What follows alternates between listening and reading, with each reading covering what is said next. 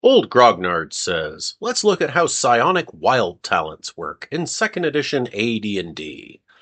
Hello, and welcome back to Old Grognard Says. This is the 4th video in our series on the complete Psionics handbook. If you'd like to watch the rest of the videos in this series, the link to the playlist is at the end of this video. Let's get started by defining what wild talents are. You'll sometimes hear of characters having wild talents or rolling for wild talents. According to the Complete Psionics Handbook, what we're referring to here are actually called wild powers. Wild talents are the characters who possess wild powers.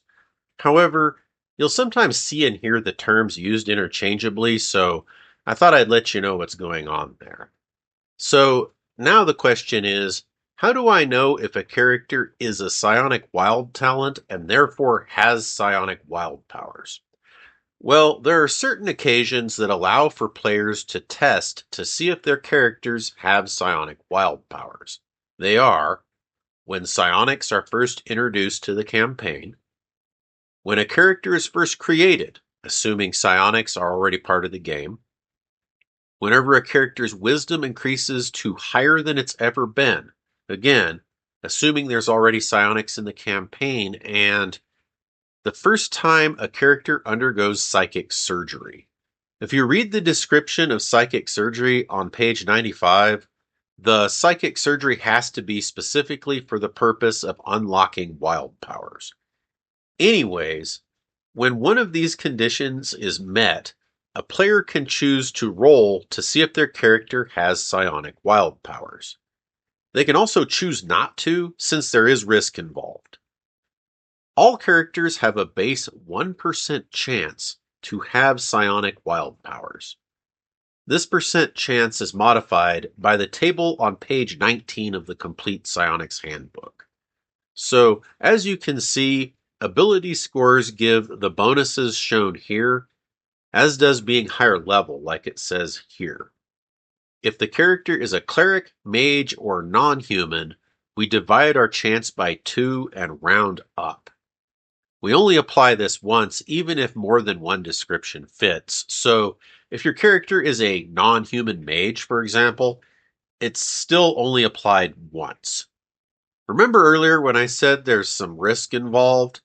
We can find that on page 20 of the Complete Psionics Handbook. As you can see here, rolling 97 to 100 can lead to some bad stuff happening to your character. 97 has you roll a save versus death, which is PPDM or the first one. And if you fail, your character loses 1d6 points of wisdom permanently. 98 is the same, except it's intelligence at stake, and 99 is the same, but this time it's constitution.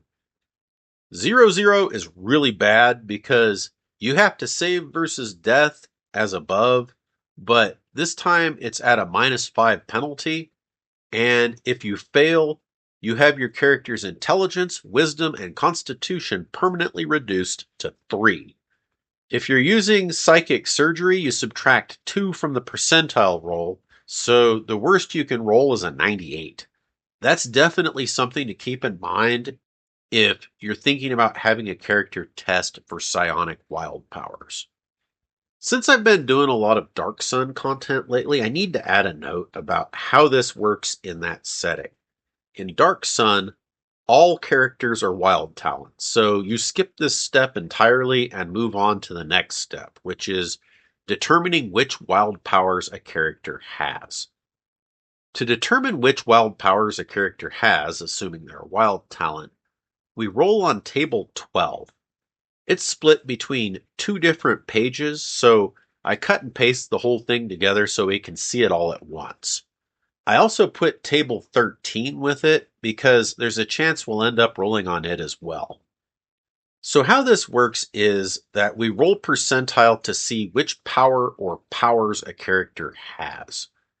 Getting more than one power is more common than you'd think because if a power you roll has a prerequisite, the character gets that power as well.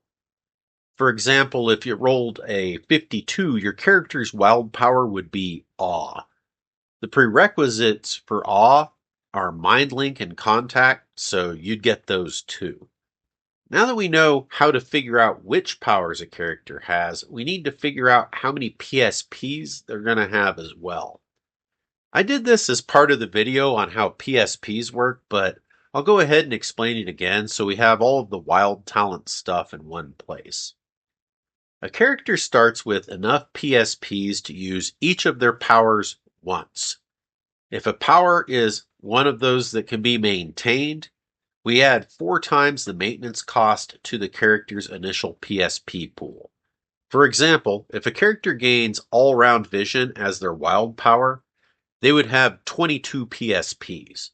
We know this because the initial cost is 6, so we get 6 PSPs from that, and 4 times the maintenance cost of 4, which would be 16.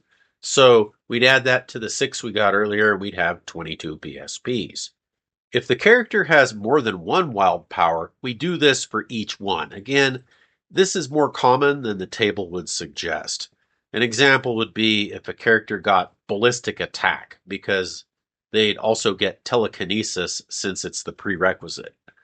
In this case, the character would begin with 12 PSPs. They would get 5 from ballistic attack since the activation cost is 5 and it doesn't have a maintenance cost.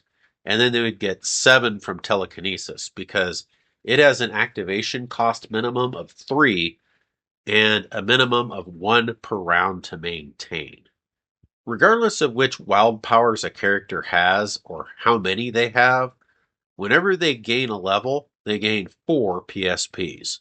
This isn't retroactive, so if a character became a wild talent at level 4, they wouldn't get extra PSPs for the previous levels, but their pool would increase by 4 once they reach level 5.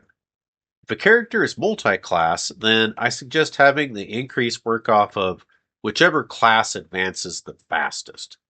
This is because the general rule of thumb with multi-class characters is that they use whichever class works out to be the best for them. Some DMs might do it differently, but that's how I do it. Personally, I don't like to have psionics in a game unless the setting is built around it. I understand that your opinion might be different. If you have any questions or cool psionic wild talent stories, please share them with us in the comments. Thanks for watching and have yourself a wonderful rest of your day.